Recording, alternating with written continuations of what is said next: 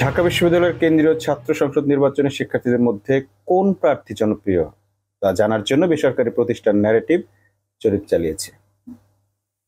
জরিপে দেখা গেছে শিক্ষার্থীদের মধ্যে ভোট দেওয়ার আগ্রহ বেশি, তবে নির্দিষ্ট প্রার্থী নির্বাচন এখনো অনেকের জন্য অমীমাংসিত রয়ে গেছে। তারা এখনো সিদ্ধান্ত নিতে পারেননি।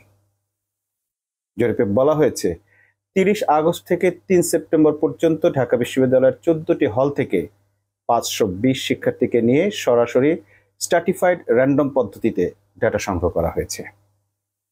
শিক্ষার্থীদের মধ্যে 94.8% ভোট দিতে আগ্রহী, 5.18% শিক্ষার্থী ভোট দিতে আগ্রহী নয়। এদের মধ্যে ভাইস প্রেসিডেন্ট তথা ভিপি পদে 24.7% শিক্ষার্থী এখনো সিদ্ধান্তই নিতে পারেননি কাকে ভোট দিবেন।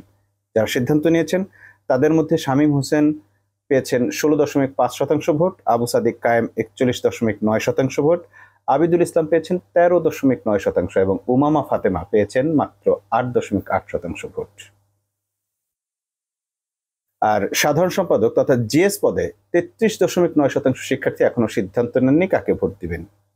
যারা সিদ্ধান্ত নিয়েছেন তাদের মধ্যে আরাফাত চৌধুরী 16.1% ভোট পাচ্ছেন, মেঘমল্লার বসু 9.12% এবং শিবিরের প্রার্থী এস এম ফরহাদ 32.1%, তানভীর বারী হামিন ছাত্রদলের 16.1% এবং আবু বাকের মজুমদার বাক্সার 13.7% ভোট পেতে যাচ্ছেন।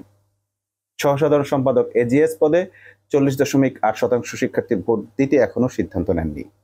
সিদ্ধান্ত নেওয়াদের মধ্যে তানভীর আল হাদি মায়েদ 15.9%, মহিউদ্দিন খান 52.9% শিবিরের প্রার্থী, আশরাফা খাতুন 9.49% এবং জাবির আহমেদ জুবেল 4.7% বাম জোটের প্রার্থী। জরিপের সারসংক্ষেপে বলা হয়েছে আবাসিক শিক্ষার্থীদের মধ্যে ঐক্যবদ্ধ শিক্ষার্থী পরিষদ এগিয়ে রয়েছে, তবে অনাবাসিক শিক্ষার্থীদের মধ্যে মতামত এর মধ্যে অন্তর্ভুক্ত হয়নি। অর্থাৎ অনাবাসিক ছাত্রদের তারা শুধুমাত্র 14টা হলে এই জরিপ চালিয়েছে এবং 520 জন শিক্ষার্থীর উপরে এই জরিপ চালিয়েছেন। এদের মধ্যে অনাবাসিক যারা রয়েছেন তাদের জরিপটি এখানে আসেনি।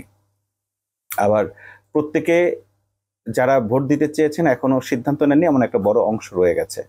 তবে সামগ্রিকভাবে যে ফলাফল আমরা দেখছি তাতে দেখলাম অনেক বেশি এগিয়ে আছে হল শিক্ষার্থীদের মধ্যে ছাত্র শিবির এর প্যানেলের প্রার্থীরাই এগিয়ে রয়েছেন জরিপে।